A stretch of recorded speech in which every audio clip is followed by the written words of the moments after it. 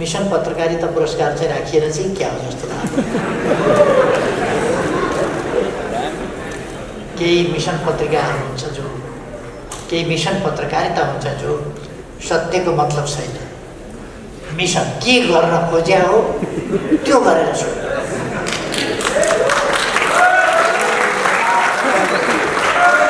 सत्यको अर्थ छैन, कर्तव्यको मतलब छैन। त्यस प्रकारको पत्रकारिताको निकै ठुलो बिगबिगी भइरहँदैन। त्यस्ता पत्रकारिताहरूभन्दा पृथक साँचो पत्रकारिताको साझा मञ्चको रूपमा रिपोर्टर्स क्लबले आफूलाई उभ्याएको मैले पाएको छु। त्यसकारण म रिपोर्टर्स क्लबको प्रशंसा गर्न चाहन्छु। यद्यपि म पुरस्कृत भएको छैन, होइन, म पुरस्कृत नभए पनि अरू पुरस्कृत भए पनि खुसी व्यक्त गर्न पाइयो। र म त पत्रकारिता नै नगर्ने मान्छे, कहाँबाट पुरस्कृत? खैर, तपाईँहरूले मलाई पुरस्कृत गर्नुभएको छ। डबलीमा देख्नुभयो अस्ति बुद्धिजीवीहरूको कामै हो।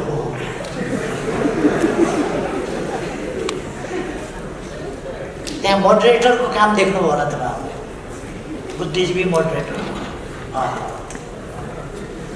क्या स्ट्यान्डर्ड थियो त्यस्तो जमानामा। त्यहाँ बोले सुन्नुभयो, मैले त गर्नसम्म गरेकै हो। केपी ओलीलाई मैले अध्यक्षबाट पनि हटाएकै हो, दलको नेताबाट पनि हटाएकै हो, साधारण सदस्यताबाट पनि हटाएकै हो। म एकताको निम्ति गर्नसम्म मैले योगदान गरेकै हो, प्रयास गरेकै हो। केपी ओलीले बर्बाद गरे। मेरो योगदान तपाईँहरूले बुझ्नुभएकै होला। मैले त केपी ओलीलाई त सदस्यबाट पनि हटाएको हो नि, एकताका लागि, वामपन्थी एकताका लागि मैले त हटाएकै हो। यो भाषण कता तालमेल त्यो अलिकति मैले मेरो नपाएको नि। एकता भन्ने शब्दको अपमान योभन्दा बढी डबलीमा लगेर हुर्मत लिने काम। यतापट्टि दुःख कुरो बुझिँदैन, यहाँ बसेर राम्रो बुझिँदैन कुरा, त्यो प्रतिध्वनित भएर आउँछ। त्यता अलिक बुझिन्छ। अघि ऋषि भाइले थुप्रै ताली खानुभयो, थुप्रै ताली खानुभयो, राम्रै बोल्नु भएछ भन्ने ठानेर मैले पनि घरिघरि पड्काएँ।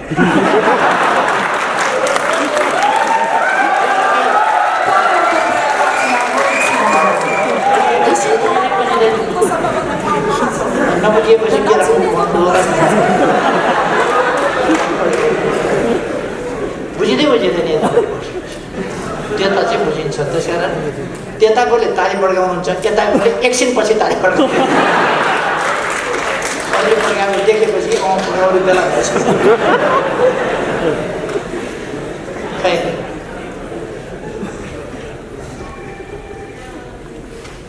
देश सङ्कटमा परेको छ। सङ्कट होला, केपी ओलीलाई पर्या होला, प्रचण्डलाई पर्या होला, माधव नेपाललाई पर्या होला। देशलाई कहाँ सङ्कट पर्यो, केमा सङ्कट? तपाईँहरूलाई केमा सङ्कट पर्यो भन्नुहोस् त? केमा सङ्कट? तनखा आएन कि, जागिर गयो कि, केमा सङ्कट पर्यो तपाईँहरूलाई? मजदुरलाई केमा सङ्कट पर्यो, किसानलाई केमा सङ्कट पर्यो, संविधानलाई केमा सङ्कट पर्यो, व्यवस्थालाई केमा सङ्कट पर्यो?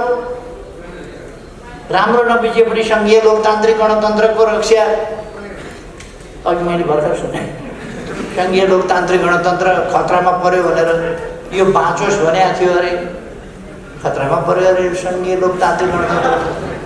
के भएछ? केही बिमारी त सङ्घीय लोकतान्त्रिक गणतन्त्रलाई म देख्दिनँ। कुनै कहीँबाट खतरा आएको त देख्दिनँ। चुनाव भएर सङ्घीय लोकतन्त्रलाई खतरा पर्छ भने त अब 20 महिनापछि त लोकतान्त्रिक गणतन्त्र, सङ्घीय लोकतान्त्रिक गणतन्त्र त खतरामा पर्नै हो नि। चुनाव गर्दा खतरामा पर्छ। यो कुरा अलिकति ताल सुरका कुरा गर्नु मान्छ नि, ताल सुरका।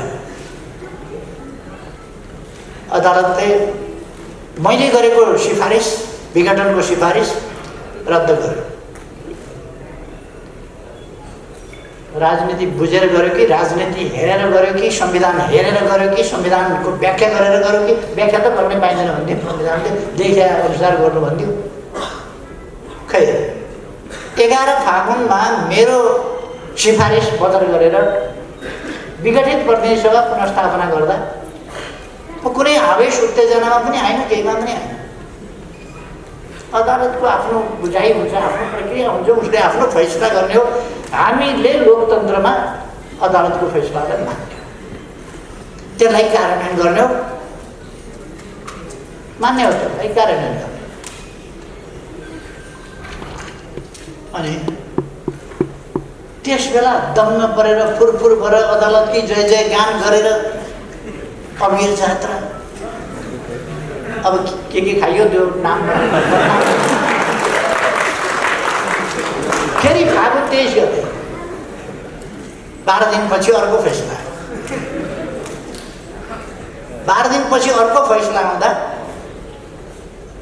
अब अदालत कामै नलाग्ने भयो, फेरि कामै नलाग्ने भयो। अर्को पार्टीको नाउँमा दर्ता गरिएछ, मेरै पार्टी अर्काको पार्टीको नाममा दर्ता भएछ, नाम सरकै मिल्यो। अब नाम सरकै मिलेपछि अर्काले मुद्दा हाल्यो,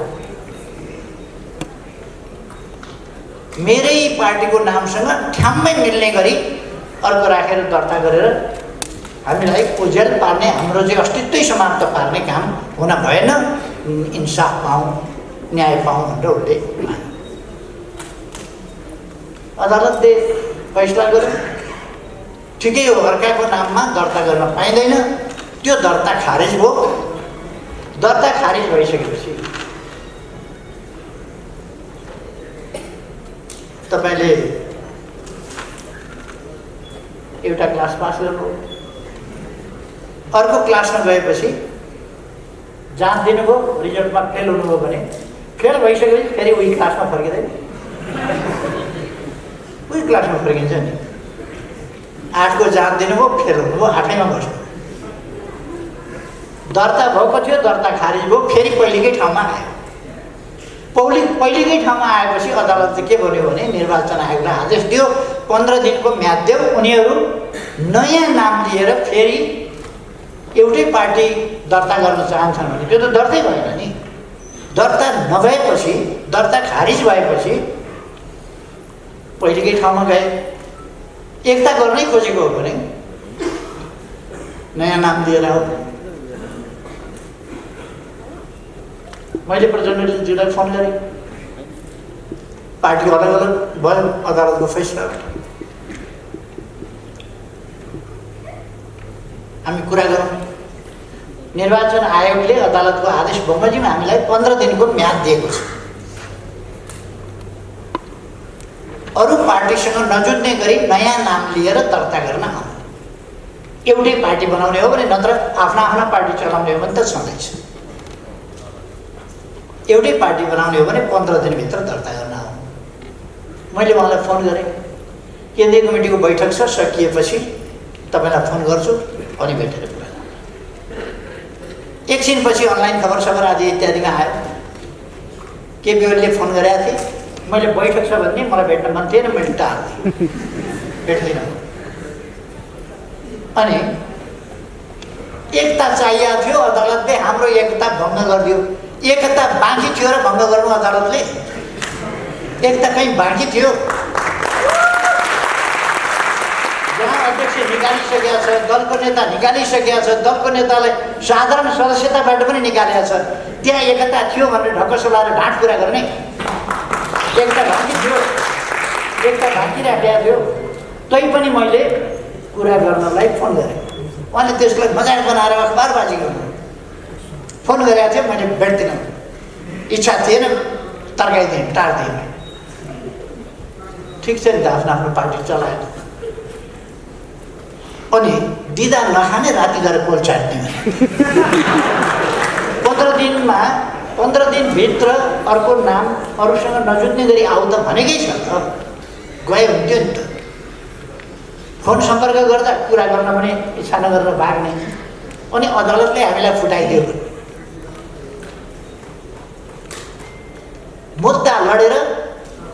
फटा हुन्छन् गाउँघरमा केही मुद्दा लडेर अनेक हिसाबले जाली तर्क प्रमाण अनेक पसारेर अदालतलाई गुमराहमा पारेर अर्काको बाली हडप गर्ने, अर्काको कमाई, अर्काको आम्दानी हडप गर्ने, अर्काको जिन्दगीभरिको पसिना हडप गर्ने हुन्छन्। त्यस्तै त नेकपा एमाले बनाइयो, नेकपा एमाले बनाइयो, त्यो खोसेर लाने। म त छक्क परेँ प्रचण्डले सूर्य चिन्ह मेरो हो भनेको सुन्दाखेरि। अचम्म लाग्यो, प्रचण्डले सूर्य चिन्ह मेरो हो। मैले दृष्टान्त पनि दिएँ, केटाकेटीहरू कहिले कहिले अर्को बच्चाको खेलौना कति राम्रो एकछिन देऊ न भन्छ, अनि सामान दिएपछि यो त मेरै हो हुर्किसकेपछि दारी जुत्ता खोल्न थालेपछि पनि त्यसो गर्ने। एकछिन राम्रो रहेछ म पनि यसरी ल्याउन भन्ने, त्यसपछि मेरै हो। खै आज पुनरावलोकनका लागि जानुहोस्। अदालत पनि मजाक गर्ने ठाउँहरू, दर्ता खारिज गरिदियो, पार्टी आफ्ना आफ्ना भइसके। डबलीमा बोल्ने मान्छेसँग एकता, सही कुरा गर्नुपर्छ नि। एकता गर्ने भन्यो, त्यहाँबाट सिद्ध्याउनै खोजेको सिद्ध्याउनै पर्छ। त्यही डबलीमा बोल्ने त्यो हुन्छ नि मेडिएटर, त्यो बुद्धिजीवीहरूको भूमिका, मोडरेटरको भूमिका जस्तो थियो। ती मोडरेटरहरू सोकल्ड डेमोक्रेसीका लागि कति योगदान गरेका छ, कसका स्वार्थ बोकेर कुदेका छन्, अनि माखौल उडाएका छन् डेमोक्रेसी। किन तपाईँहरू केपी ओलीलाई किन हटाउनुहुन्न? अहिलेको मुख्य काम नै केपी ओली हटाउनु हो। किनभने यहाँ त देश विकास गर्न थालिसक्यो केपी ओलीले। टनल बन्दैछ यहीँ, यो टनल त 2 वर्षमा पुरा हुन्छ। 26 किलोमिटर बाटो 4 मिनटमा पुगिने भइसक्यो। यस्तो गर्न दिइरहनुहुन्छ मन्त्रीजी, मोडरेटर है। तराईका समस्या पनि समाधान गर्न आँटिसक्यो, त्यो गर्न दिनुहुन्छ?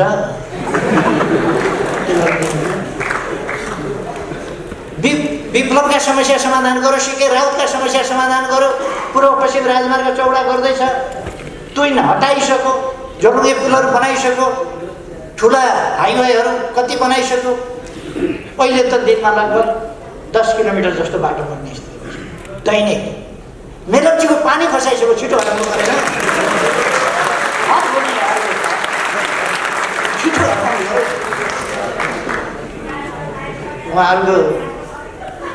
उहाँहरूको त्यही पोलिटिक्स होइन। देशप्रति अलिकति इमान्दार हुन सिक्नु पर्यो। कहाँ पर्यो देश सङ्कटमा? अघि भर्खर पनि एकजना मित्रले भन्नु, ल वाक स्वतन्त्रता, प्रकाशन स्वतन्त्रता, कस्तो वाक स्वतन्त्रता छ? वा, ज्याकेट खोलेर फुत्त फ्याँकिदिन पाइन्छ। कसैले नथुनेको मुख आफै टेप्लाएर थुनेर आएर गर्न पाइन्छ। त्यसपछि मन परि बोल्न पाइन्छ, बोल्न पाइन्छ, भन्दै बोल्न पाइन्छ, मन परि बोल्न पाइन्छ, लेख्न पाइन्छ, छाप्न पाइन्छ। अनि कहाँनेरि भएन स्वतन्त्रता? वाक भएन कि प्रकाशन भएन कि के स्वतन्त्रता भएन? केमा भएन? अनि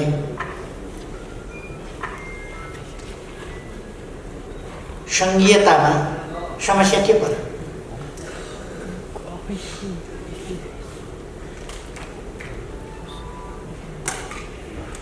मेरो विचारमा यद्यपि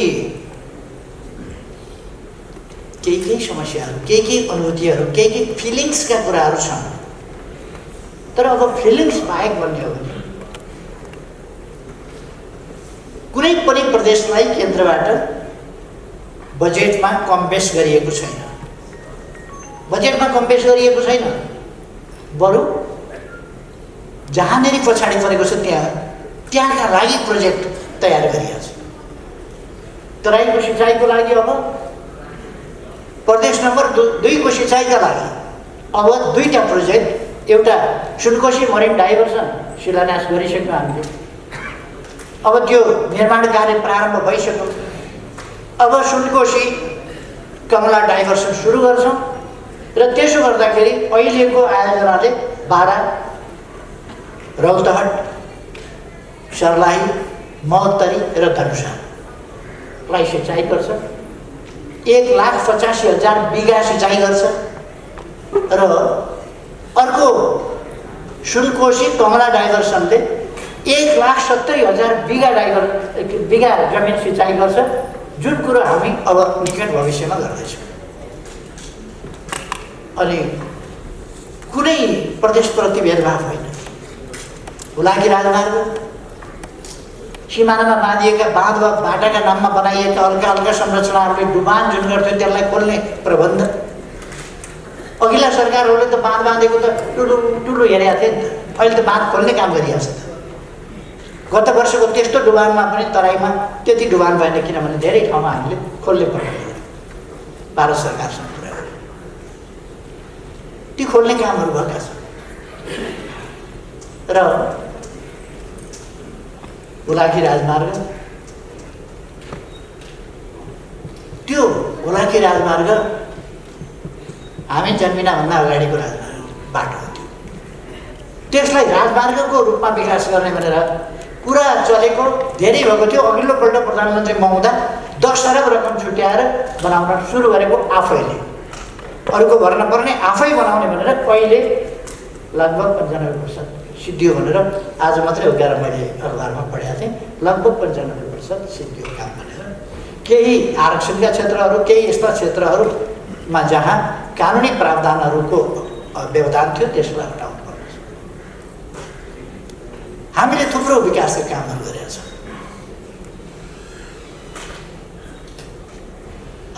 एकजना बुद्धिजीवीजीले एउटा आर्टिकल लेख्नु भएको रहेछ। त्यो आर्टिकल के लेख्नु भएको रहेछ भने फागुन 3 गते केपी ओलीले अब के गर्छु भनेन, विगत 3 वर्षमा के गरेँ भनेर इतिहास सुनाएर बसे, पछाडिका कुरा बितेका कुरा गरेर बसे, अब के गर्छु भनेन। मैले अब के गर्छु भन्ने कुरा थुप्रै गरेको छु। एकछिनसम्म जाँगर चलेछ, सुन्नुभएछ, एकछिनपछिदेखि दिक्क लागेछ, टिभी बन्द गरेर सुत्नु भएछ साथी। अनि सुन्नु भएन, त्यसपछि पछि के गर्छु भन्ने कुरा त कुरै छैन भनेर भन्दैन। त्यस्तो होइन। म हाम्रो दाजुभाइ दिदीबहिनीहरूलाई के आग्रह गर्न चाहन्छु भने आज नेपालमा प्रेस स्वतन्त्रता छ, मिडियाको स्वतन्त्रता छ, वाद प्रकाशन स्वतन्त्रता छ, सभ्यता कति, मर्यादा कति, सभ्य समाज कसरी बनाउने हामी हरेकको कर्तव्य हो त्यो लगाउने। त्यो कसरी हामीले त्यसको पालना गर्ने हामी हरेकको कर्तव्य हो। हामी हरेक सचेत नागरिक, अनपढ गाउँको, पछाडि परेको, दुर्गम ठाउँको, कसैले पढ्न नजानेको, लेख्न नजानेको वा सभ्यता नदेखेको मान्छे मिडियामा काम गरिरहेको छैन, नेता भइरहेको छैन। त्यो त टाठोबाटै गएर मिडियामा होला, टाठोबाटै गएर नेता भएको होला, राजनीतिक कार्यकर्ता होला। त्यस्ता टाठाबाटाहरूले आफ्नो सामाजिक मर्यादा, सभ्यता जस्ता कुराहरू कायम राख्ने कर्तव्य हुन्छ। हाम्रो गौरवपूर्ण सभ्यताको परम्परा, शिष्टताको परम्परा, मर्यादाको परम्परा, हाम्रो त पितृदेव भव, गुरुदेव भव आदि। हामी आफूभन्दा ठुलाहरूलाई सम्मान गर्ने, सानाहरूलाई स्नेह गर्ने, त्यो हाम्रो सभ्यता हो। त्यसमा कति हामी अरूका नकल गर्दैछौँ, कति नकलभन्दा बढी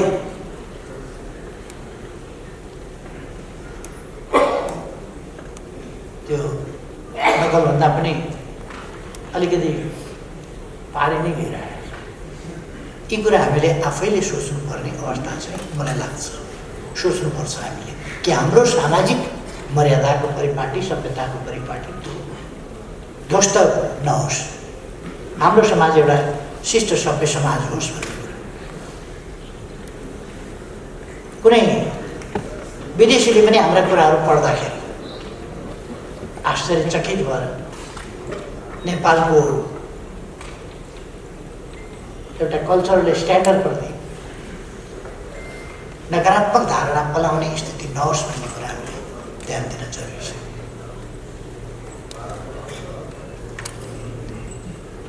नेपालको सञ्चार जगतको क्षेत्रमा आज पनि सञ्चार क्षेत्रसँग सम्बन्धित एउटा कार्यक्रम छ। यसमा म भन्न चाहन्छु, सरकार पूर्ण रूपमा स्वतन्त्रताका हकहरू, प्रेस स्वतन्त्रता, वाक स्वतन्त्रता लगायतका स्वतन्त्रता, सञ्चार क्षेत्रका तमाम स्वतन्त्रता लगायत अन्य स्वतन्त्रताहरूको पक्षमा दृढताका साथ खडा छ। सरकार कति मर्यादित व्यवहार भएको छ, कति सभ्य व्यवहार भएको छ, त्यो तपाईँ हामीले एकछिन आनन्द मान्ने कि नमान्ने कुरा होइन। यसको असर दूरगामी रूपमा हुन्छ हाम्रो समाजका लागि। हामी महिलाहरूलाई कतिको सम्मानजनक ढङ्गले व्यवहार गर्छौँ, हेर्छौँ, हाम्रो दृष्टिकोण के छ? अथवा अरू हिसाबले कहीँ पनि एउटा सामान्य सामाजिक शिष्टताको ती कुराहरूलाई हामीले हेर्नुपर्छ र अरूको हकमा, अरूको अधिकारको अरूको सुरक्षा, अरूको मर्यादाको सुरक्षामा आँच नपुगोस् भन्ने कुरा, भ्रमपूर्ण कुरा छपाइदियो, ब्ल्याकमेलिङको बाटो समात्यो, भ्रमपूर्ण कुरा छपाइदियो, मान्छेको चरित्र हत्या गरिदियो, परिवार विशृङ्खलित बनाइदियो, त्यस्तो हुन थाल्यो भने उछालिदियो। त्यस प्रकारको शैली हाम्रो शैली होइन। त्यसबाट हामीले स्वतन्त्रताको उपयोग गर्दा सही ढङ्गले उपभोग गर्नुपर्छ, नत्र भने त्यसको दुरुपयोग हुने खतरा छ। अब त हामीले सिक्नुपर्छ, यति उछलकुद भइसकेपछि अब त हामीले सिक्नुपर्छ भन्ने मलाई लाग्छ। सरकार यसमा स्वतन्त्रतामा कुनै बन्देज लगाउने या कुनै नियन्त्रण गर्ने अथवा कुनै अङ्कुश लगाउने वा कुनै हिसाबले न्यून गर्ने पक्षमा छँदै छैन, हुँदैन। सरकारको तर्फबाट सञ्चार क्षेत्रलाई पुर्याउनु पर्ने सहयोग, त्यसलाई गर्नुपर्ने अरू, त्यसलाई फस्टाउनका लागि गर्नुपर्ने सहयोग, त्यस सन्दर्भमा गच्छेले भ्याएसम्म सरकार त्यो गर्न तयार छ। त्यसकारण साथीहरू यसमा दुःख रहनुभयो हुन्छ भन्ने म आग्रह गर्न चाहन्छु। अब केही मान्छेहरूले आज देशको राजनीतिलाई दमिल्याउन खोजेका छन् आफ्नो निज स्वार्थका लागि, केही व्यक्तिहरूको निज स्वार्थका लागि। के यो देश प्रचण्ड भन्ने मान्छेको स्वार्थका पछाडि सधैँ जानुपर्ने हो? अनि एउटा मान्छेहरूले भन्ने गरेका छन्, लेख्ने गरेका छन्, आधा आधा भनेको थियो, खोइ आधा आधा। अनि त्यो आधा आधा भन्ने कागज बिचैमा प्रचण्डले च्यातेर कार्यकारी चाहियो भनेर कार्यकारी लेखाएर 5 वर्षै तपाईँ गर्नुहोस् भनेर अर्को कागज गरे होइन। त्यो पहिलेको कागज च्यात्या होइन एउटा। दोस्रो, उहाँले आधा आधा गर्ने भनेपछि त्यसमा के थियो भने आधा गरिदिहाल उहाँले सहयोग गर्नुपर्थ्यो। आधा भनेको 60-40 को कुरा हो, हाम्रो बाँड्ने चलन त्यसै गरी थियो। ल छोडिदियो, अढाई वर्ष गर्यो। त अढाई वर्ष गर्दा तपाईँहरूले सबैले सुन्नुभयो होला।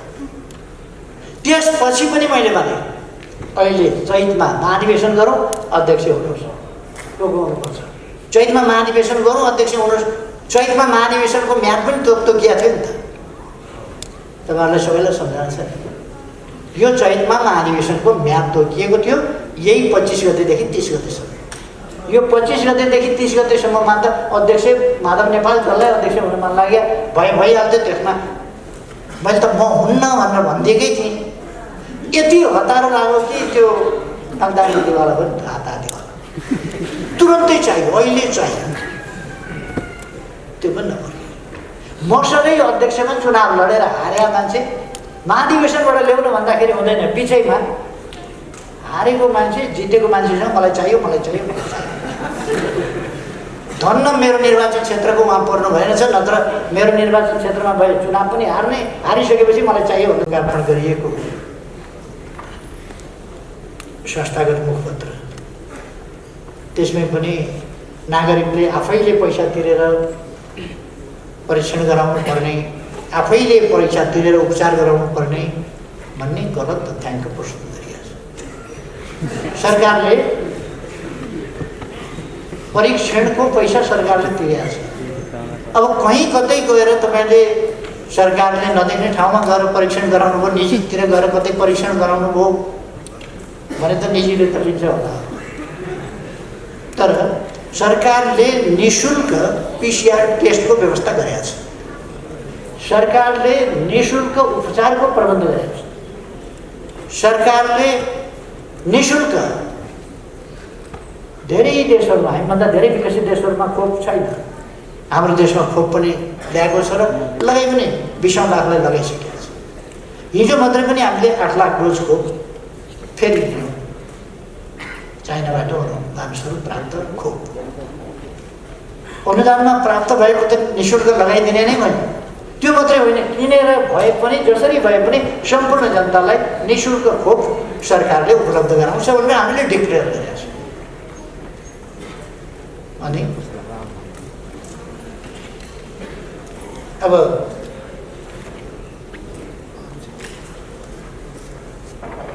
आलोचना गर्ने, सरकार बनाउने बित्तिकै पहिलो बजेटमा यो किन गरिएन, त्यो किन गरिएन, ज्येष्ठ नागरिक भत्ता किन बढाइएन भनेर धुम मचायो पहिलो बजेटमै। र हामीले गत बजेटमा पढायौँ। सामाजिक सुरक्षाका प्रबन्धहरूको क्षेत्रमा थुप्रो काम हामीले गर्यौँ। योगदानका आधारमा सामाजिक सुरक्षा जस्ता कुराहरू गर्यौँ। त्यसर्थ अरू पनि सामाजिक सुरक्षाका कामहरू हामी गर्दै जान्छौँ। अब पनि साउन 1 गतेबाट सामाजिक सुरक्षा भत्ता अलिक बढ्छ नै, लागु हुने गरी साउन 1 गतेबाट लागु हुने गरी बढ्छ। कसैलाई आपत्ति लाग्छ, आपत्ति लाग्छ भने फेरि मैले भनिदिन्छु, आपत्ति लाग्छ भने सामाजिक सुरक्षा भत्ता साउन 1 गतेबाट लागु हुने गरी बढाइनेछ। अब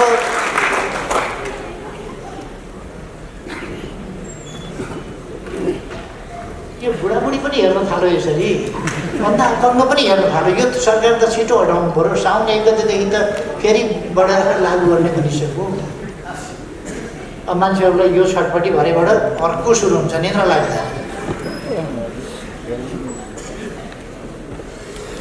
हामीले उत्तर दक्षिण रेलको कुरा गऱ्यौँ, हामीले के अरे काठमाडौँ रक्सौल रेलको कुरा गऱ्यौँ। पूर्व पश्चिम रेल अब छिटै शिलान्यास गर्दैछौँ, पूर्वबाट छिटै शिलान्यास गर्दैछौँ। अहिले कतिपय ठाउँमा बाटोहरू पनि राखेका छन्, राइट अफ वे स्पष्ट गरिएको छ। त्यहाँ क्षतिपूर्ति दिने अधिग्रहण गर्ने कामहरू भइरहेका छ। रेल ल्याएर धेरै वर्षपछि रेल किनेर आफ्नै रेल अब छिटै नै सञ्चालन गरिँदैछ। आफ्नै रेल बर्दिवाससम्म अब रेल छिटै सञ्चालनको शिलान्यास गरिन्छ। रेल किनेर ल्याएको तपाईँहरूले अस्ति नै हेरिसक्नु भएको छ। रेल किनेर ल्याइसकेको छ, सञ्चालनको काम गर्ने। हाइवे मध्य पहाडी राजमार्ग, मध्य भण्डारी राजमार्ग, पूर्व पश्चिम राजमार्ग, हुलाकी राजमार्ग, पूर्वदेखि पश्चिमसम्म सिमाना, दक्षिण सिमानाको छेउ अलिक माथि, त्यसभन्दा अलिक भित्रबाट र मध्य पहाडबाट र तीसँग लिङ्क गर्ने अरू बाटाहरू, राजमार्गहरू, जसले गर्दा यातायातलाई अब नेपाल कहीँ पनि खासै दुर्गम रह्यो भन्ने स्थिति नरहने, कहीँ पनि दुर्गम नरहने गरी हुम्लामा केही किलोमिटर खोल्न बाँकी छ प्राय। त्यसबाहेक हुम्लाको सदरमुकाम सिमीकोट पनि पुगेपछि देशका सबै सदरमुकामहरू जोडिए। अब हामीले हाइवेहरूबाट पालिकाका सदरमुकामहरू पनि जोड्ने, पक्की सडकले जोड्ने अभियान सञ्चालन गरेका छौँ। केही बुद्धिजीवीले टिप्पणी गरे पाइयो, यो सदरमुकाम जोड्ने एकैचोटि 309 अस्पताल, कहिले अस्पताल शिलान्यास गरेका छ, कहिले कति 210वटा बाटो एकैचोटि शिलान्यास गरेका छ। यो त अचम्म। करिब 5000 जसो विद्यालयलाई अब छिटै नै हामी 5 अरबभन्दा बढी रकम विद्यालयको पूर्वाधार विकास लगायतका काममा छिटै नै तुरुन्तै वितरण गर्दैछौँ। 5 अरबभन्दा बढी रकम। शिक्षाका क्षेत्र होस् कि स्वास्थ्यका क्षेत्र होस् कि सबै क्षेत्रहरूमा देश अगाडि बढेको छ र बढाइनेछ। समृद्ध नेपाल, सुखी नेपाली नारा होइन, गन्तव्य हो।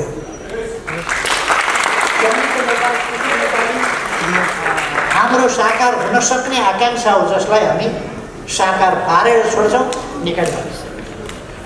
र नेपाली जनताका सपनाहरूलाई छरपष्ट पार्ने र यस देशमा अस्थिरता कायम गर्ने, यस देशलाई सुदृढ एकतामा, राष्ट्रिय एकतामा जान नदिने त्यस प्रकारका क्रियाकलापहरू सक्रिय छ। यसपल्टको अस्थिरता के कारणले भएको अस्थिरता? नेकपा भन्ने एउटै पार्टीभित्र त्यसै पार्टीका मान्छेहरूको घिनलाग्दो महत्त्वाकांक्षा, व्यक्तिगत स्वार्थका कारणले समस्या खडा भएको होइन। अरू केही थियो? छ।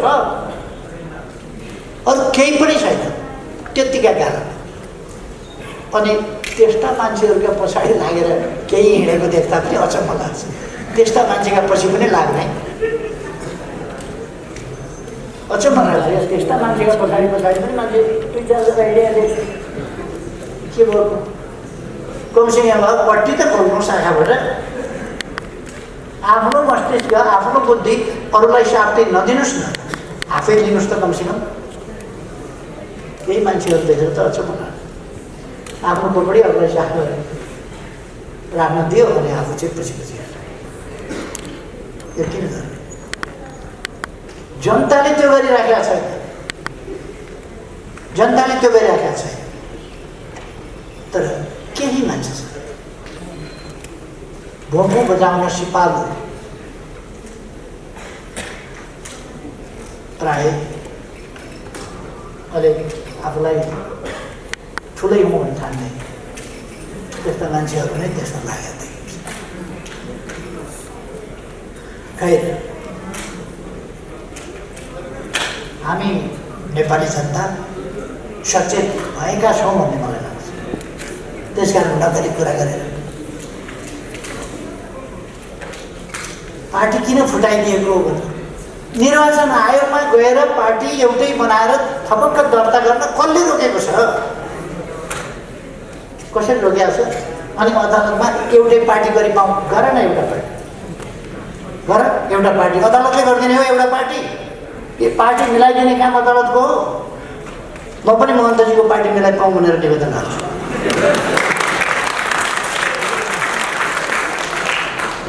अब उहाँ र म नमिल्ने, अदालतमा गएर महन्तजी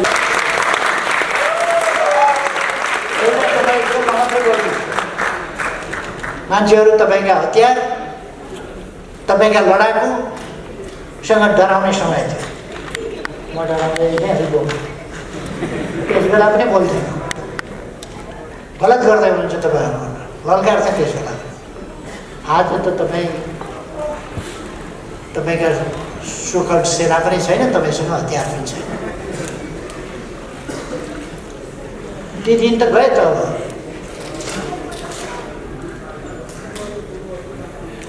हाम्रो गाउँमा एकजना हजुरबा हुनुहुन्थ्यो, खेलो भन्ने खेल हुन्थ्यो, ठुल्ठुलो ढुङ्गो टिपेर फ्याँक्ने खेल। अनि हजुरबाले भैँस सम्झिनु भएछ, यत्रो ढुङ्गो त म त्यहाँ पर फाल्दिन्थेँ, कहिले आएको केटा हो ढुङ्गो समातेर यसो गरेर हल्लाउनु फुत्त फ्याँक्दा कम्मर सड्कियो क्या। उहाँले आफू बुढो भएको थाहा पाउनु भएन छ, भैँसै सम्झिएर चेलो फाल्न खोज्दा कम्मर सड्कियो। म प्रचण्डजीलाई उमेर सम्झिन आग्रह गर्न चाहन्छु। उमेर सम्झिएर चेलो फ्याँक्न नखोज्नुहोस्, ढाड सड्किन्छ। त्यो जमाना गयो। समय चाहिँ फेरि यस्तो चिज हो, फर्केर आउँदै आउँदैन समय, कहिल्यै फर्केर। त्यो त अगाडि नै जान्छ, बगिरहन्छ, खोलाको पानी जस्तै बग्दै जान्छ। अब अरू विषयहरूमा आज किन जाने, रिपोर्टर्स क्लबकै कुरा गरौँ। ऋषि धमलाका मेहनत, परिश्रम एउटा ग्रासरुटबाट उठेर एउटा मिडिया हाउसकै मालिकको रूपमा, सञ्चालकको रूपमा, प्रोप्राइटरको रूपमा, व्यक्तिगत तवरमा पनि आइसकेको। कहिल्यै उमेरमा भन्नुपर्छ एउटा कपाल फुलेको छैन, यति चमत्कार देखाइसक्नु।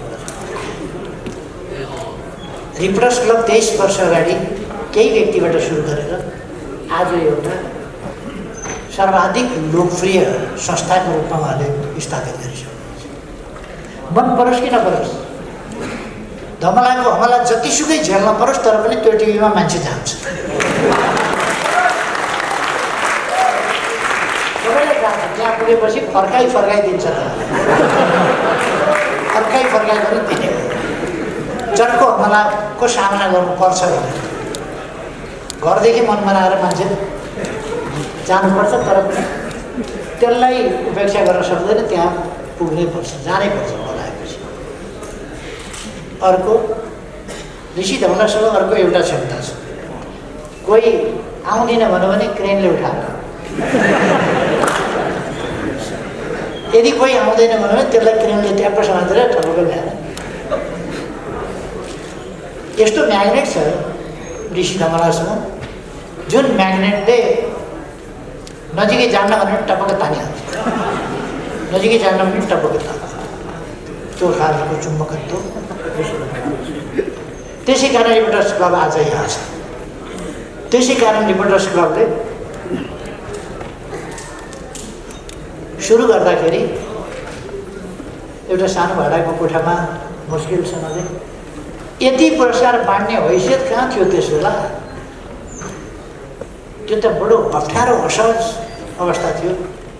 त्यस अवस्थाबाट त्यो प्रणालीसँग जुधेर लडेर भूमिगत मान्छे पनि त्यहाँ भूमिगत हिसाबले ल्याएर बोलाएर भूमिगतै फर्काउने त्यो सामर्थ्य पनि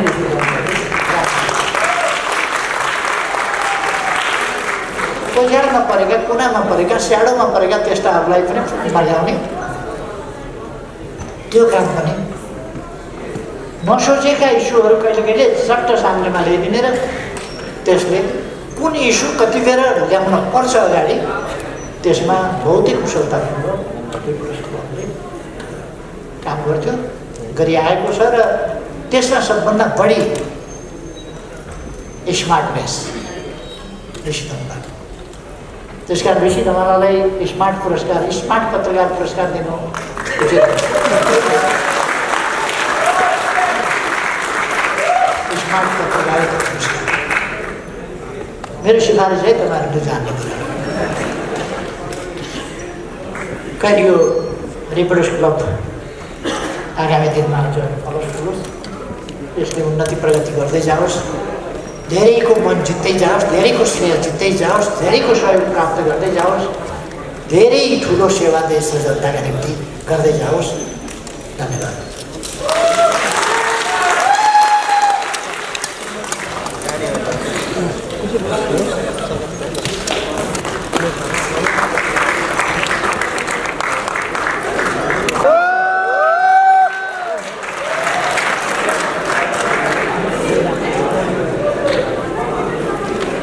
कार्यक्रम का आदरणीय अध्यक्ष महोदय, सम्माननीय प्रधानमंत्री जी,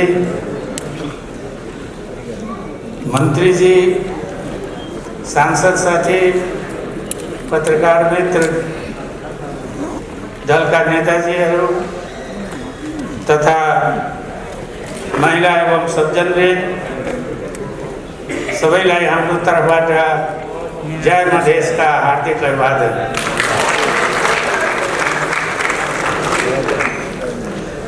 पत्रकार मित्रहरू, तपाईहरू फ्री थिंकर मतलब स्वतन्त्र चिन्तक हुनुहुन्छ। आफ्नो बोली कलमद्वारा जनतालाई सचेत गराउने, सूचित गराउने काम गरिरहनु भएको छ। तर यो काम धेरै कठिन छ। जसलाई राम्रो लाग्छ, मिठो लाग्छ, उसले धन्यवाद दिने, तर कुनै समाचार जसलाई खोज्छ त्यो आक्रमण पनि गर्छ। र यस्तो कठिनाई उठाएर पनि तपाईहरुले जनताको सेवा गरिरहनु भएको छ, त्यसको लागि चाहिँ धन्यवाद छ। अब हाम्रो मित्रहरूले धेरै कुरा गर्नु भएको छ। म छोटकरीमा मात्रै यहाँहरूसँग निवेदन गर्न चाहन्छु। सर्वप्रथम त तपाईहरु सबैप्रति आभार व्यक्त गर्छु र धमलाजी प्रति पनि जुन सद्भावपूर्ण र असल शब्दहरू मेरो बारेमा राख्नु भएको छ त्यसको लागि म आभारी छु, कृतज्ञता ज्ञापन गर्दछु। मित्रहरू, अध्यक्ष जी, हामी साथै स्वतन्त्रताको लागि, लोकतन्त्रको लागि, समानताको लागि संघर्ष गर्दै आएको हो। तर के मधेसमा पनि डेमोक्रेसी छ? मधेसीहरूलाई, थारूहरूलाई पनि डेमोक्रेसीको अनुभूति छ त? यदि छ भने तिनीहरू किन जेलमा छन् त? तिनीहरूले सरकारको माग गरेको होइन, हामीले सरकारको माग गरेको होइन, अधिकारको माग गरेको। किनकि जब वर्तमान संविधानको ड्राफ्ट सार्वजनिक गरिएको थियो, त्यो जुन आन्दोलनको एजेन्डा थियो त्यस अनुसार त्यो ड्राफ्ट आएको थिएन। त्यसै कारण हाम्रो चित्त बुझेको थिएन र हामी विरोधमा गएका थियौँ। यो कुरा सही हो। र संविधान किन एउटा बेसिक प्रिन्सिपल हुन्छ सबै संविधानको, उसको बेसिक प्रिन्सिपल के थियो? बेसिक प्रिन्सिपल थियो सबभन्दा पहिला त अन्तिम संविधान। किनकि अन्तिम संविधान आन्दोलनकारी शक्तिहरूले मिलेर बनाएका थिए र त्यसमा सबैको सहमतिले, राजनीतिक सहमतिले संविधान सभाले संविधान बनाउने। तर त्यो भएन। खुद संविधान सभामा राजनीतिक शक्ति, राज्य शक्तिको बाँडफाँड सम्बन्धी जुन समिति थियो उसको प्रतिवेदनको पनि उल्लङ्घन भयो। उसले 14 राज्यको चाहिँ प्रतिवेदन दिएको थियो र त्यसमा उनले आइडेन्टिटीको आधारमा जुन भेदभाव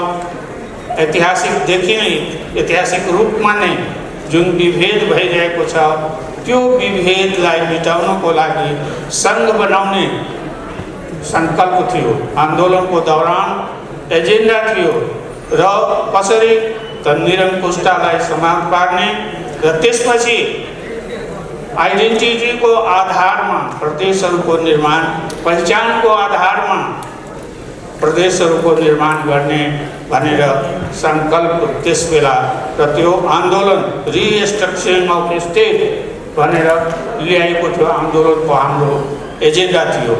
त्यस्तै विशेषज्ञहरूको राजशाला सम्बन्धी पनि विशेषज्ञहरूले एउटा प्रतिवेदन दिएका थिए जसमा 10 राज्यको सल्लाह सुझाव दिएको थियो, तर त्यसको पनि उल्लङ्घन भयो।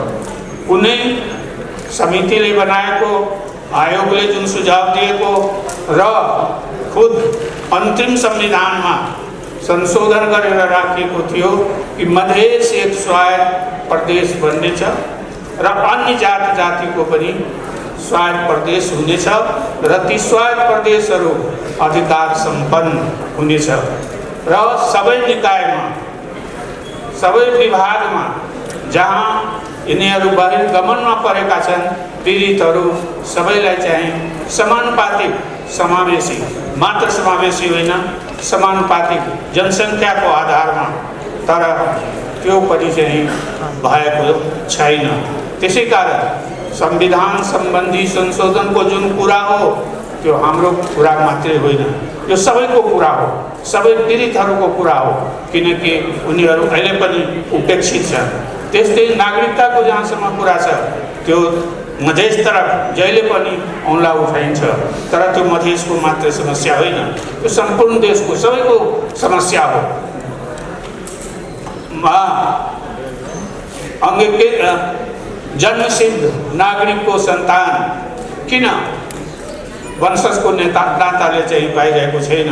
म भर्खरै जलेश्वर गएको थिएँ आफ्नो क्षेत्रमा र त्यहाँ सिडिओ जीसँग चाहिँ भेटघाट भएको थियो। उहाँले नै पहिला भन्नुभयो कि धेरै युवाहरू चाहिँ आउँछन् नागरिकताको लागि र तपाईहरु केही गर्नुस् माथि गएर र यिनीहरूलाई चाहिँ नागरिक बन्ने अधिकारबाट, किनकि यिनीहरूको शिक्षा प्रभावित छ, विदेशमा जाने उच्च शिक्षाको लागि, त्यो रोजगारको लागि जाने त्यो प्रभावित भइरहेको छ। राज्यविहीन भएको हुनाले देशमा पनि यिनीले कुनै किसिमको राज्यबाट पाउने सुविधा पाउँदैन। त्यसै कारण तपाईहरु माथिबाट नै प्रयास गर्नुस्। त्यसैले नागरिकताको समस्या मात्र मधेसको समस्या होइन, यो सबैको देशको समस्या हो। र यी समस्या, त्यस्तै भाषा र संस्कृतिको समस्या, हामी भन्छौँ कि हामी बहुभाषी, बहुजातीय, बहुसांस्कृतिक, तर के शासन प्रशासनमा त्यो रूप छ त, त्यो विभिन्नता देखिन्छ त? म धन्यवाद दिन चाहन्छु प्रधानमन्त्रीजीलाई। आज कुरा उठिरहेको छ ए जसपाको या मेरो प्रधानमन्त्रीसँग के लगन गाठो भएको छ, तर प्रधानमन्त्रीजी यही हुनुहुन्छ। जुन दिनदेखि उहाँ प्रधानमन्त्रीजी हुनुभएको छ त्यसै दिनदेखि सरकारमा आउनुहोस्, तपाईहरु सरकारमा आउनुहोस्। उहाँले कुनै आजको त्यो नौलो कुरा होइन र हाम्रो जवाब सुरुदेखि नै त्यही छ कि हामीहरूको मुद्दा छ, समस्या छ, त्यो समस्यातिर ध्यान दिनुहोस्। त्यो समस्यातिर, किनकि त्यो हामीहरूको समस्या मात्रै होइन, त्यो समग्र देशको समस्या छ, मधेसको मात्रै समस्या छैन। हाम्रो चाहिँ सांसदहरू जेलमा छन्, हाम्रा मन्त्रीहरू तारिखमा छन्, हाम्रा मेयरहरूमाथि पनि मुद्दा चलिरहेको छ, गम्भीर किसिमको मुद्दाहरू छन् र त्यो त्यसले गर्दा हामी चाहिँ यस अवस्थामा हाम्रो हात पार बाँधिएको छ।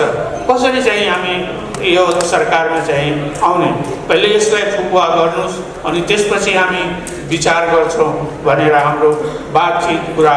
र अन्तिम खबर, आज पनि उहाँको नजिकको आउनुभएको थियो एकजना भेट्न प्रधानमन्त्रीजीको, र प्रक्रिया अगाडि बढेको छ, बढाइएको छ। कस्तो प्रक्रिया अगाडि बढेको छ त्यो पुरा इन्फर्मेसन उहाँले दिनु भएन, त म उहाँसँग भेटेर त्यो कुराको जानकारी लिन्छु। त सकारात्मक रूपमा प्रक्रियाहरू अगाडि बढेको मैले सुनेको, त्यसै कारण प्रधानमन्त्रीजीलाई बहुत बहुत धन्यवाद छ। यसको साथसाथै यो पनि कुरा उठेको छ, अरू साथीहरू, अहिले हाम्रो एकजना मित्र यहाँ बस्नुभएको थियो, जानुभयो उहाँ, काङ्ग्रेसको तीनै पार्टीहरू मिलेर चाहिँ काम गरौँ, हामी अगाडि बढौँ। कसरी अगाडि बढ्ने त्यो बताउनु भएन, किनकि सबै नेताजीहरूसँग मैले भेटघाट गरिसकेका छु, सबैको विचार जानिसकेको छु, पटक पटक हाम्रो भेटघाट भएको छ। उहाँहरू जहिले हामी यो आउनुहोस्, हाम्रो साथ आउनुहोस्, हामी चाहिँ गरौँला, हाम्रो साथ आएपछि हामी चाहिँ गरौँला, गर्छु, अहिले नै गर्छु भन्ने उहाँहरूको कहिले पनि भनाइ थिएन। जति पनि पहिला प्रधानमन्त्री भए सबैको साथमा कम्तीमा 3 बुँदे सम्झौता हाम्रो भएको थियो कि जेलमा जो हुन्छन् त्यो रिहाई गर्ने, त्यसलाई र मुद्दा फिर्ता लिने, र त्यसपछि चाहिँ हामीले उहाँहरूलाई सरकार बनाउनमा समर्थन गर्ने हामी गरिराखेका थियौँ। तर हाम्रो चित्त बुझेन र एकजना त्यस बेला चाहिँ प्रचण्डजी चाहिँ त्यही कुरा लिएर हामी सबै कुरा गर्छौँ, तपाईँहरूको जति माग छ संविधान संशोधनदेखि लिएर नागरिकतादेखि लिएर र जो अन्य मागहरू छ मुद्दा सम्बन्धी मागहरू त्यो सबैले हो। अनि उहाँलाई मैले के भनेका थिएँ त्यो होइन, मलाई चाहिँ त्यो दिवालिया निकल्ने बैंक जुन छ त्यो कहिले दिवालियामा जान्छ थाहा छैन। त्यसै कारण त्यस्तो बैंकको चेक लिएर मैले के गर्ने, लिखित तपाईँको लिखितले काम अहिलेसम्म गरिरहेको छैन। तपाईँमाथि विश्वास छ, गरेर देखाइदिनुहोस्। अनि ठिक छ, हामी त विरोधमा छैन, तपाईँहरूको समर्थन नै गर्नेछौँ, अहिले पनि भनिराखेका छौँ। त्यसै कारण यो जुन अहिले आरोप हाम्रो माथि लगाइरहेछन् प्रधानमन्त्रीजी यही हुनुहुन्छ, हाम्रो चाहिँ कुनै किसिमको अहिले त्यस्तो भएको छैन। उहाँ आश्वासन दिनुभएको छ, कामकाजलाई गराउनु भएको छ, स्वाभाविक छ कि उहाँसँग हाम्रो भेटघाट बराबर भइरहेको छ, त्यति नै हो। त अन्य नेताहरूसँग पनि उहाँ भेटघाट भइ नै राखेको छ। कसको साथमा जाने? शेरबहादुरजी भन्नुहुन्छ अविश्वासको प्रस्तावमा जाने, म सरकार बनाउँछु। एकजना नेता भन्नुहुन्छ कि म अविश्वासको प्रस्ताव प्रस्तुत गर्छु, आउनुहोस् सबै मिलेर जाउँ। अब ती प्रमुख दलहरू जुन छ तिनीहरू नै आपसमा मिलिरहेका छैन। त्यो हाम्रो विग्रह होइन, हाम्रो कसैसँग झगडा होइन, झगडा गरेको होइन, उहाँहरू आपसमा नै मेल छैन, देखिरहेको छैन। त्यसै कारण स्थिरता छैन, नेपालको राजनीतिमा अहिले स्थिरता छैन। संसद चलिरहेको छ तर सधैँ शोक प्रस्ताव आएर चाहिँ स्थगित भइरहेको छ। त्यो यस्तो अवस्था छ संसदको।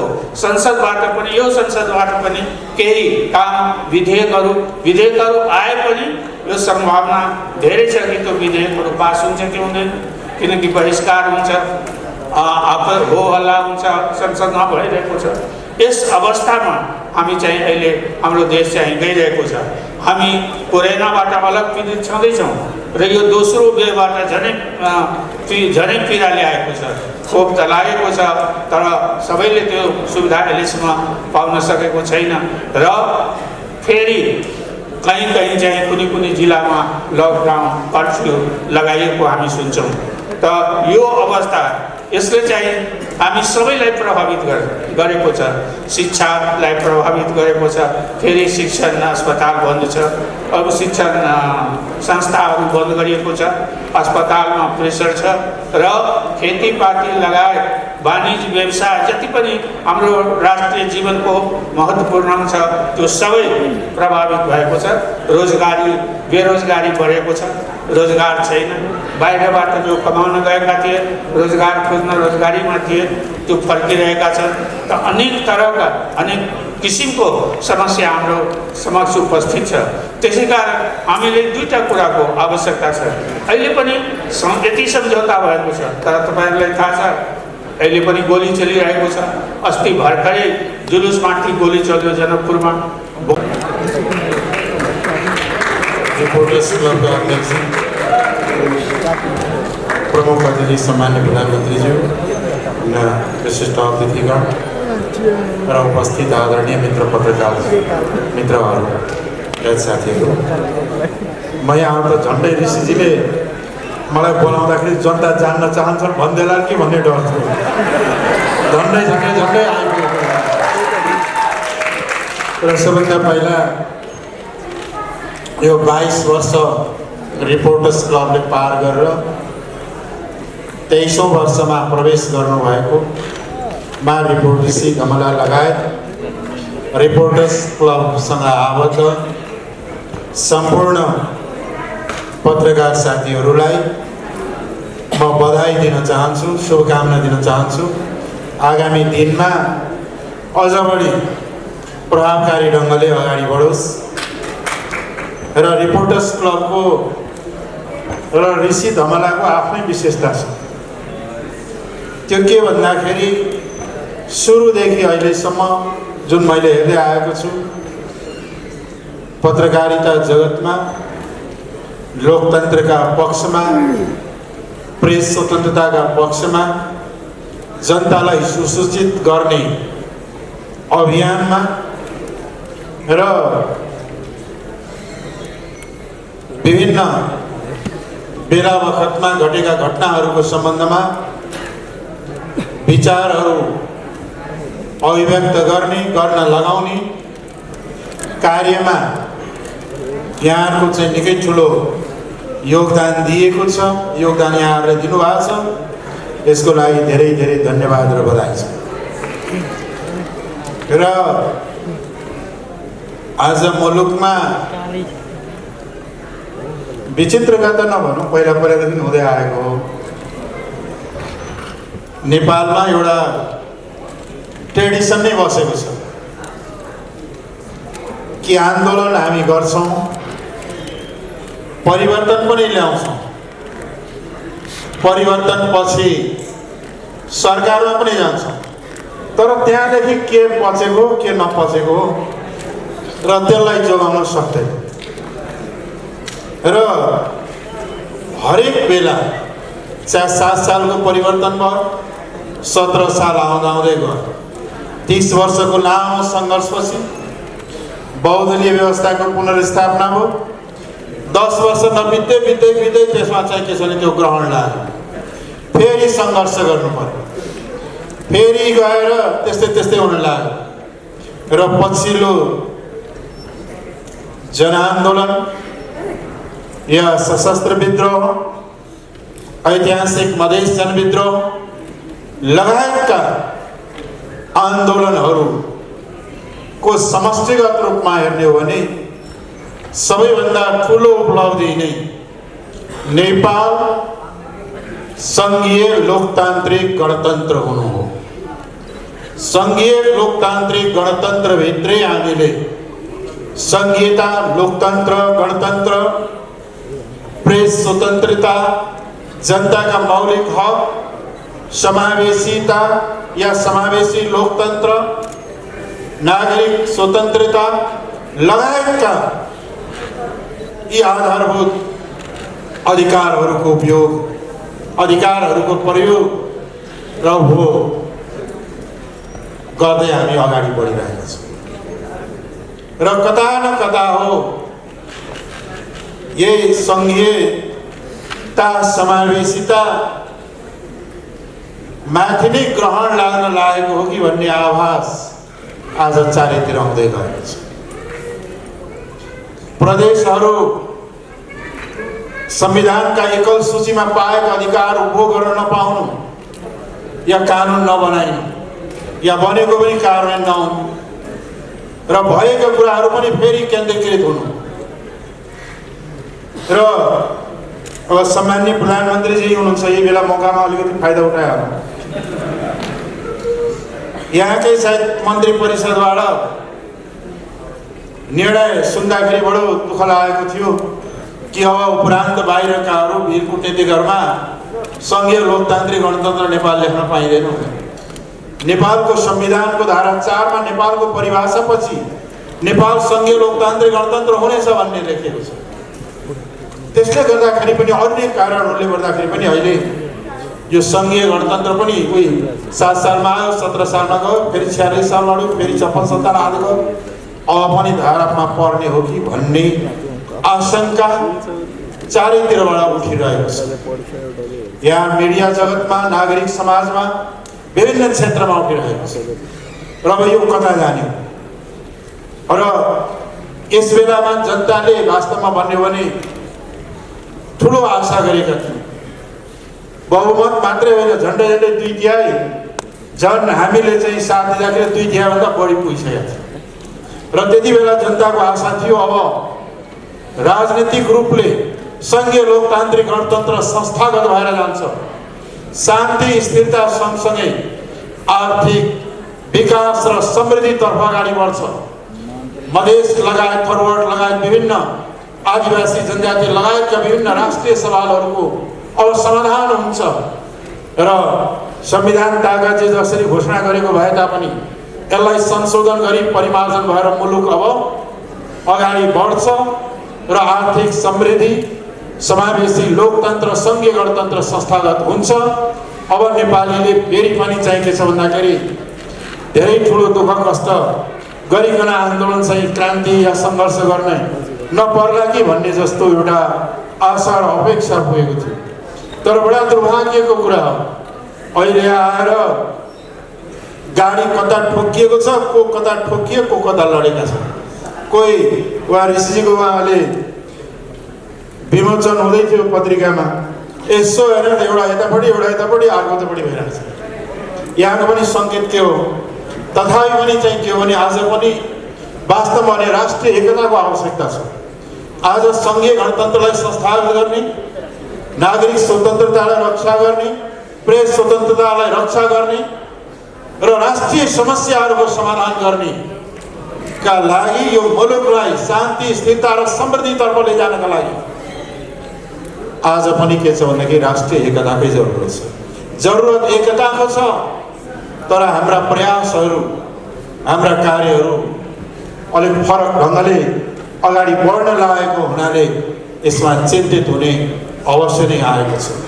त्यस कारणले चाहिँ के छ भन्दाखेरि म यहाँ धेरै राजनीतिक कुराहरू गर्दिनँ, तर पनि चाहिँ के हो भन्दाखेरि हाम्रो एउटै हो कि सङ्घीय लोकतान्त्रिक गणतन्त्र, समावेशी लोकतन्त्र, प्रेस स्वतन्त्रता, मौलिक हक जस्ता महत्त्वपूर्ण उपलब्धिहरू जुन विगतमा सङ्घर्ष, त्याग, बलिदान र शहादत गरेर प्राप्त भएका छन्, यसलाई संस्थागत गर्दै यसलाई अझ राजनीतिक रूपले संस्थागत रूपले संस्था गर्दै इन्स्टिट्युसनलाइज गर्दै डेमोक्रेटिक सिस्टमलाई र चाहिँ के छ भन्दाखेरि स्टेटका अर्गनहरूलाई अझ चाहिँ के छ इन्स्टिट्युसनलाइज गर्दै अगाडि बढ्नका लागि रिपोर्टर्स क्लबले आउने दिनमा महत्त्वपूर्ण भूमिका सञ्चार क्षेत्रले खेल्ने भूमिका खेलोस् र पत्रकारिता जगतमा अझ बढी स्वच्छता, अझ बढी खोजपरख र अझ बढी सत्य तथ्यमा आधारित भएर अगाडि बढोस्, यही शुभकामनाका साथ आफ्नो छोटो मन्तव्य दिन्छु। हस्त धन्यवाद। धन्यवाद छ। रिपोर्टर्स क्लब नेपालको 23औं वार्षिकोत्सव समारोहका अध्यक्ष ऋषि धमलाजी, माननीय मन्त्रीज्यूहरू, जनता समाजवादी पार्टीका अध्यक्षज्यू, जनमोर्चाका अध्यक्षज्यू, मञ्चमा आसीन व्यक्तित्वहरू र यस कार्यक्रममा सहभागी सम्पूर्ण सञ्चारकर्मी मित्रहरू, उपस्थित महानुभावहरू, सबैमा म सञ्चार तथा सूचना प्रविधि मन्त्रालयको तर्फबाट र नेपाल सरकारको तर्फबाट यहाँहरूलाई हार्दिक अभिवादन व्यक्त गर्न चाहन्छु र नमस्कार भन्न चाहन्छु। रिपोर्टर्स क्लबको इतिहास यहाँको बिचमा हामी सबै बुझेकै छौँ। रिपोर्टर्स क्लबले आफ्नो 23 वर्षमा पाइला टेकेको छ। यो 23 वर्षको इतिहासमा रिपोर्टर्स क्लबले आफ्नो सञ्चार क्षेत्रमा र समाजको रूपान्तरको क्षेत्रमा जुन योगदान पुर्याएको छ त्यसप्रति म धन्यवाद व्यक्त गर्न चाहन्छु। र सञ्चार क्षेत्र आज जसरी मर्यादित हुनुपर्छ, जसरी जिम्मेवार हुनुपर्छ, सञ्चार क्षेत्र जुन ढङ्गको जवाबदेही हुनुपर्छ, सञ्चार क्षेत्रले आफ्नो जुन समाज रूपान्तरको निम्ति जुन योगदान पुर्याउनुपर्छ त्यसको निम्ति सञ्चार क्षेत्रले गरेको सामाजिक रूपान्तरमा होस्, राजनीतिक रूपान्तरमा होस्, मुलुकलाई जुन सूचनाको क्षेत्रमा समाज रूपान्तरको क्षेत्रमा पुर्याउने जसरी सञ्चार क्षेत्रको भूमिका छ, हामी सबैले सञ्चार क्षेत्रलाई राष्ट्रको चौथो अङ्गको रूपमा लिन्छौँ र सम्मान गर्छौँ। त्यो सम्मान गर्नको निम्ति आज सञ्चार क्षेत्रले पनि त्यही भूमिका निर्वाह गरेको हुनुपर्छ भन्ने हामी सबैको एउटा अपेक्षा छ। त्यो अपेक्षा अनुसार सञ्चार क्षेत्रले भूमिका खेलिरहेको छ। म त्यो खेल्नको निम्ति फेरि पनि म सञ्चार क्षेत्रप्रति, आम सञ्चार क्षेत्रप्रति र पत्रकारिता क्षेत्रप्रति हामी आग्रह गर्छौँ, अनुरोध गर्छौँ र त्यही ढङ्गबाट सञ्चार क्षेत्रले आफ्नो भूमिका निर्वाह गरोस् मेरो विश्वास छ र अपेक्षा छ। यही दौरानमा ऋषिजी अहिले आफ्नो अतिथि व्यवस्थापनमा त लागिरहनु भएको होला, तर मैले सञ्चार क्षेत्रमा लाग्ने एउटा ऋषि धमलाजी पनि एउटा पात्र हो, जो पात्र सम्मान पनि र अपमान पनि दुइटै सहेर आफूलाई क्रियाशील ढङ्गबाट लागिरहने, निरन्तर क्रियाशील भएर लागिरहने एकजना पात्र मैले देखेको छु। जो किसिमको एउटा पत्रकार सञ्चार क्षेत्रमा उहाँ पनि एउटा छुट्टै पहिचान र आफ्नो व्यक्तित्व दिन सक्ने जो पत्रकार हो, सञ्चार क्षेत्रको एउटा आफ्नै एउटा संस्था निर्माण गरेर रिपोर्टर्स क्लब जन्माएर नेपाली जनतालाई आफ्नो सञ्चार क्षेत्रमा स्थापित रिपोर्टर्स क्लब र ऋषि धमला भनेर आफूलाई स्थापित गर्न सफल व्यक्तिको रूपमा मैले हेरेको छु। त्यसैले पनि म रिपोर्टर्स क्लब र ऋषि धमलाजीको यो 23औं वार्षिकोत्सव कार्यक्रममा उहाँको यात्रा निरन्तर अगाडि बढिरहोस्, उहाँको सफलता मिलिरहोस् र उहाँले दिनुभएको सञ्चार क्षेत्रको सेवा र परिवर्तनको निम्ति उहाँले पुर्याउनु भएको योगदान र स्वीकार्य होस् र त्यो कुरोप्रति म शुभकामना व्यक्त गर्न चाहन्छु र ऋषि धमलाजीलाई धेरै धेरै शुभकामना छ भनेर म शुभकामना व्यक्त गर्न चाहन्छु। यो शुभकामना दिइरहँदाखेरि मलाई केही राजनीतिक व्यक्तित्वहरूले आफ्ना भनाइ राख्दै अनि बिदा हुँदै जानुभयो। यो रिपोर्टर्स क्लबको कार्यक्रम हो, यो 23औं वार्षिकोत्सव कार्यक्रम हो। यो कार्यक्रममा सायद उहाँहरूले आफ्नो राजनीतिक रूपमा जे विचार राखेर जानुभयो त्यो विचारप्रति मेरो कुनै पनि प्रतिवाद होइन, तर म आयोजकको कार्यक्रम के हो र त्यो आयोजनामा आफूले के मन्तव्य राख्नुपर्छ भन्ने सायद वक्ताहरूले राम्रैसँग हेक्का राख्ने हो भने कार्यक्रम आयोजकप्रति र सहभागीप्रति पनि रमाइलो हुनसक्छ। जहाँ गए पनि राजनीतिक पार्टीहरू जुवारी खेल्ने, वाद प्रतिवाद गर्ने यो परम्परालाई म त्यति धेरै यो संस्कार र असल संस्कारको म मान्न सक्दिनँ, त्यो स्वीकार्न सक्दिनँ। हामी आज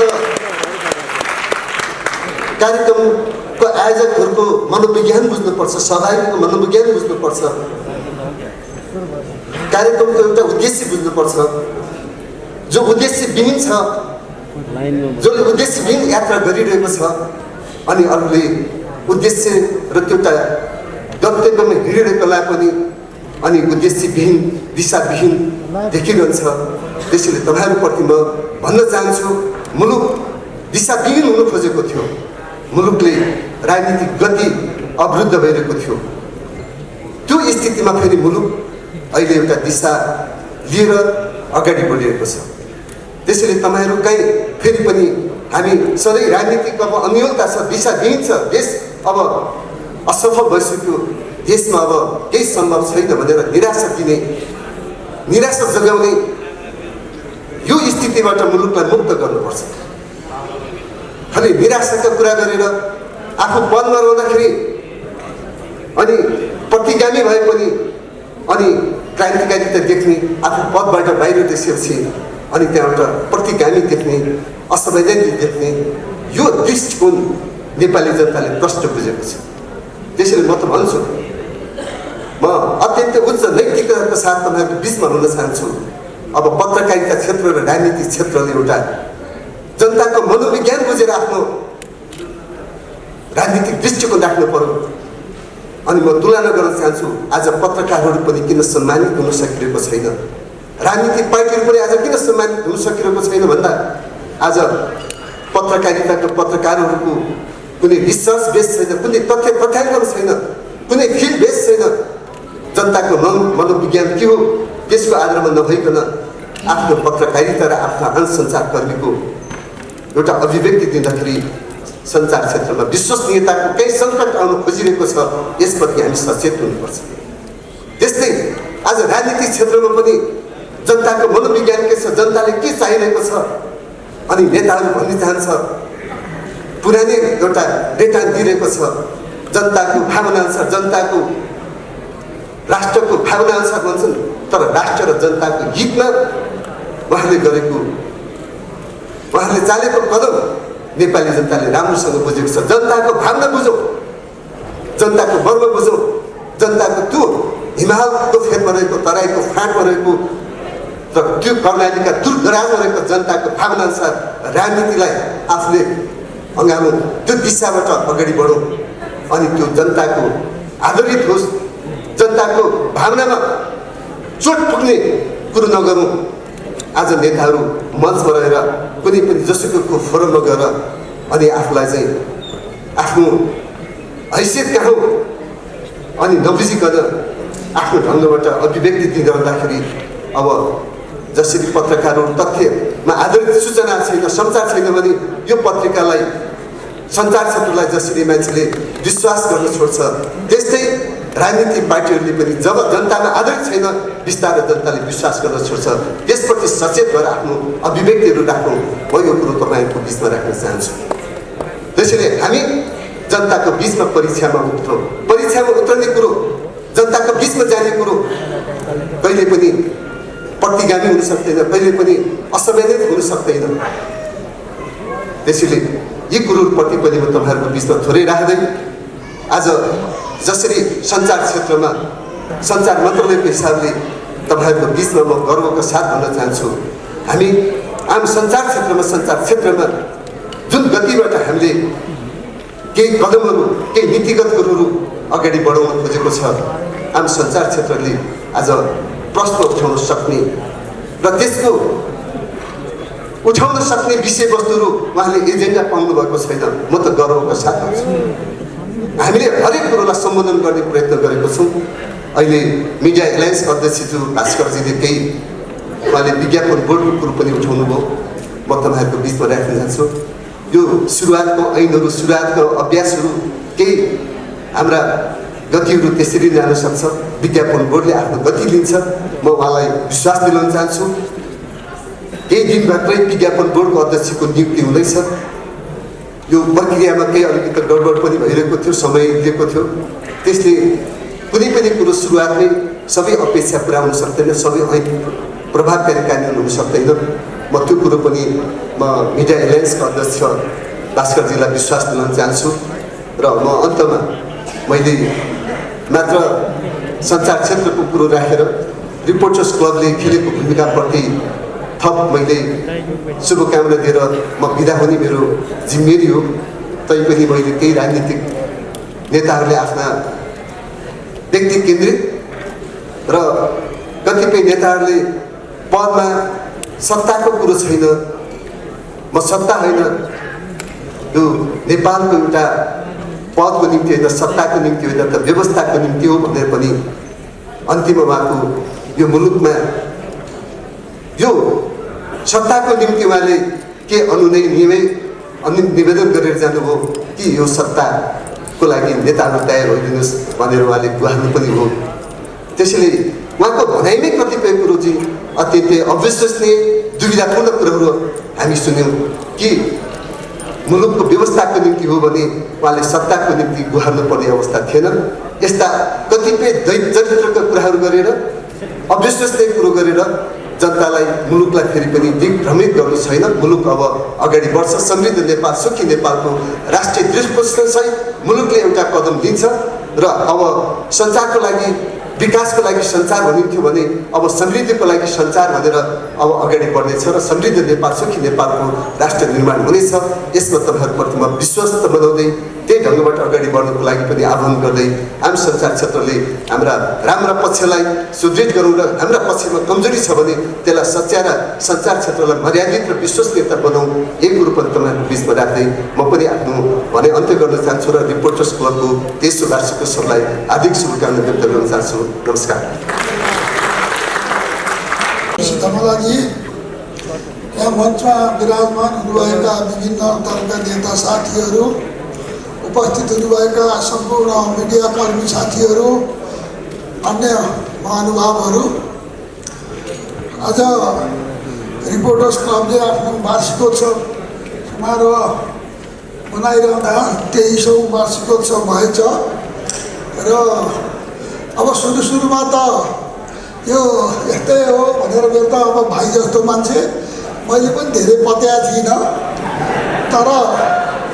तर एकहोरो लागेको लागे, पुरै समर्पित भएको भए, इमान्दार प्रयत्न गरेको गर्दै आजसम्म आइपुग्दा रिपोर्टर्स क्लबले र ऋषि धमलाले एउटा विशिष्ट स्थान नेपालको लोकतान्त्रिक इतिहासमा प्रजातान्त्रिक आन्दोलनमा कायम गर्नुभएको छ। यसको लागि म बधाई दिन चाहन्छु।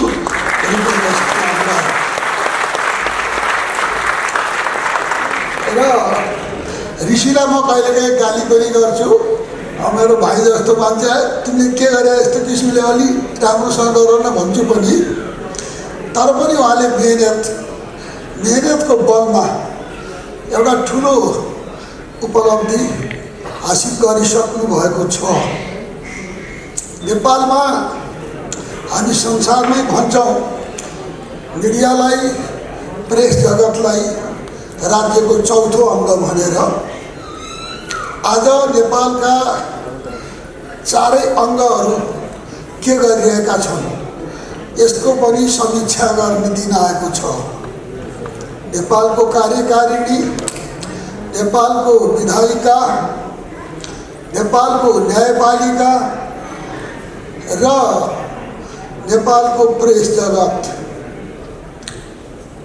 आज वास्तवमा कार्यकारिणीमा सत्ताको उन्माद चढेको छ। सत्ताको उन्माद पर्भर्टेड अझ विकृत हुँदै जाँदा यो बन्दुकको उन्मादमा पुग्दो रहेछ। त्यो अहिले भर्खरै हाम्रो छिमेकको बर्मामा देखिरहेको छ। कत्रो बर्बर हत्या भइरहेको छ त्यहाँ। अहिले पनि हाम्रो सरकार बोल्न सक्दैन। यो दुनियाँमा यत्रो मानवतामाथि हमला हुँदा पनि बोल्न नसक्नेहरूको एउटा भिषस सर्कल तयार भएछ। केही त्यस्ता शासकहरूको एउटा गठबन्धन भएछ दुनियाँमा, जसले गर्दा मानवताको यत्रो ठुलो फजिती हुँदा पनि यो तैचुप मैचुप यस्तो भइरहेको बेलामा रिपोर्टर्स क्लबले नेपालभित्र पनि पटक पटक अनेक अत्याचार, दमन, थिचोमिचो सत्ताको हुँदाखेरिमा यसले जनताको आवाजलाई मुखरित गर्दै आएको छ। जनताको आवाजलाई मुखरित गरेकोमा पनि म रिपोर्टर्स क्लबलाई बधाई दिन्छु। र वास्तवमा रिपोर्टर्स क्लबले कमसेकम लोकतन्त्रको आन्दोलनलाई जीवित रहन ठुलो मद्दत गरेको छ। अब लोकतन्त्रको आन्दोलन वास्तवमा मेरो अगाडि यहाँ चाहिँ डाक्टर साहब चित्ती हुनुहुन्छ। अब म त जेलबाट छुटेर उहाँ कहीँ उपचार गर्न आइपुग्थेँ।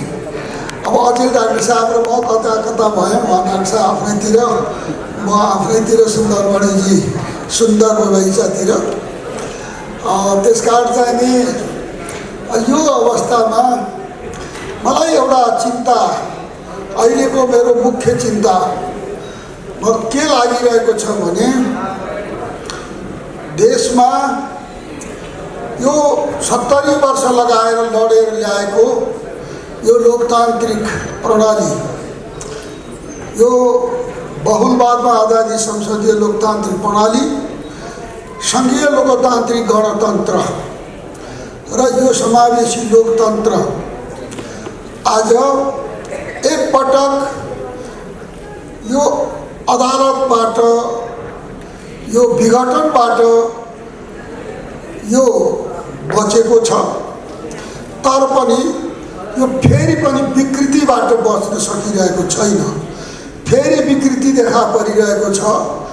संसदलाई वास्तै नगर्ने, जनआवाजलाई मतलबै नराख्ने, नैतिकताको ख्यालै छैन। यो यस्तो किसिमको नैतिक पतन यो राष्ट्रको जो गराइँदैछ, यसबाट कसरी जनअधिकारको रक्षा हुने हो?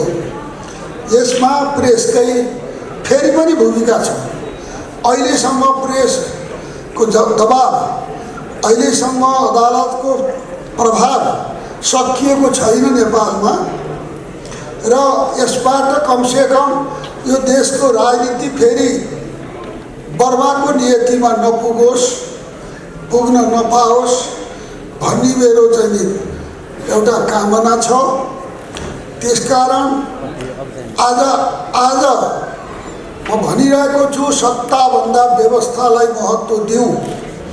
सत्तालाई खोजी गर्दा, सत्तालाई विचार गर्दा व्यवस्थालाई कमजोर हुने, व्यवस्था उपेक्षित हुने भयो भनेदेखि व्यवस्था नहुँदा सत्ता त कहाँ पुग्छ कहाँ? त्यसो भएको हुनाले यो व्यवस्थाको रक्षा कसरी गर्ने, व्यवस्थाको रक्षा गर्न सबै नेताहरू चिन्तित हुन पर्यो। र अहिले देशमा राजनीतिक दलहरूकै हालिमुहाली भएको देखिन्छ। राजनीतिक दलहरूमा पनि तिनका नेताहरूको हालिमुहालीमा, तिनका नेताहरूको कब्जामा देशको राजनीति छ। तिनका नेताहरूमध्ये एकजना नेता त यहीँ हुनुहुन्छ। अब अर्को नेता हाम्रो उता माथि के अब त्यो यो बुढा नीलकण्ठतिर, अर्को नेता उहाँ कतातिर। अब यो 2-3 नेताहरू अहिले जतासुकै नाप्दै लगे पनि यहाँ गएर जनताको आशा ठिग्रिएको बेला छ। अपेक्षा जनताको त्यहीँ केन्द्रित भएको बेला छ। अब तपाईँहरूको हातबाट यो लोकतन्त्रलाई जगेर्ना गर्नुहुन्छ कि यो लोकतन्त्रलाई भर्सेलामा जाओस् पार्नुहुन्छ कि आफ्नै सानातिना निहित स्वार्थको बसमा परेर यो मुलुकका जनतालाई फेरि एउटा आपत्तिको भुग्रोतिर धकेल्नुहुन्छ कि यतापट्टि सावधान गराउने काम यो रिपोर्टर्स क्लबले गरोस्। र यो रिपोर्टर्स क्लबले यत्रो वर्षको मेहनतलाई, 70 वर्षदेखिका अनेकौँ बलिदान, अनेकौँ यहाँ चाहिँ कष्टका यातनाका यस्ता ठुला चाहिँ दुःख र नेपाली जनताले बेहोरेका त्याग, यिनीहरूबाट यसले बगाएको पसिना र रगत, यसको रक्षा गर्नमा नेपाली मिडिया सफल होस्, सहयोगी बनोस्, रिपोर्टर्स क्लबले यसमा अगुवाई गरोस्, यति भनेर मेरो शुभकामना अन्त गर्दछु। धन्यवाद। जय नेपाल। आज यो रिपोर्टर्स क्लबको यो भव्य कार्यक्रममा 2-4 शब्द शुभकामना मन्तव्य राख्नको लागि मौका दिनुभएकोमा धन्यवाद ज्ञापन गर्न चाहन्छु। रिपोर्टर्स क्लबले वास्तवमा नेपालमा एउटा ठुलो भूमिका, नेपाली जनताको आवाजलाई मुखरित गर्नुको काममा ठुलो योगदान गरेको छ। मित्रहरू, मैले देख्दा हाम्रो प्रजातन्त्रको यात्रामा यो भरेङ चढे जस्तो हो।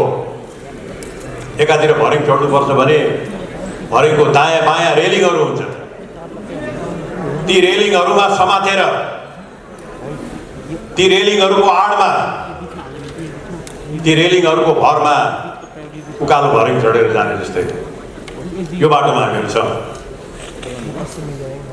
ती रेलिङहरू भनेका के हुन् तपाईँ हामीलाई सबैलाई थाहा छ। ती रेलिङ भनेका संसद हो, त्यो रेलिङ भनेको अदालत हो,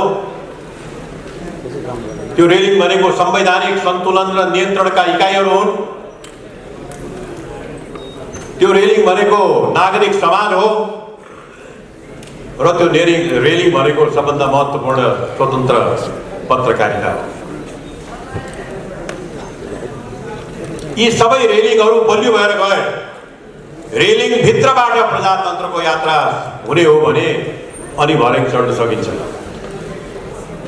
रेलिङहरू कमजोर भएर गयो भनेदेखि दायाँ बायाँ लड्ने डर हुन्छ र माथि चढ्ने होइन तल खस्ने डर हुन्छ।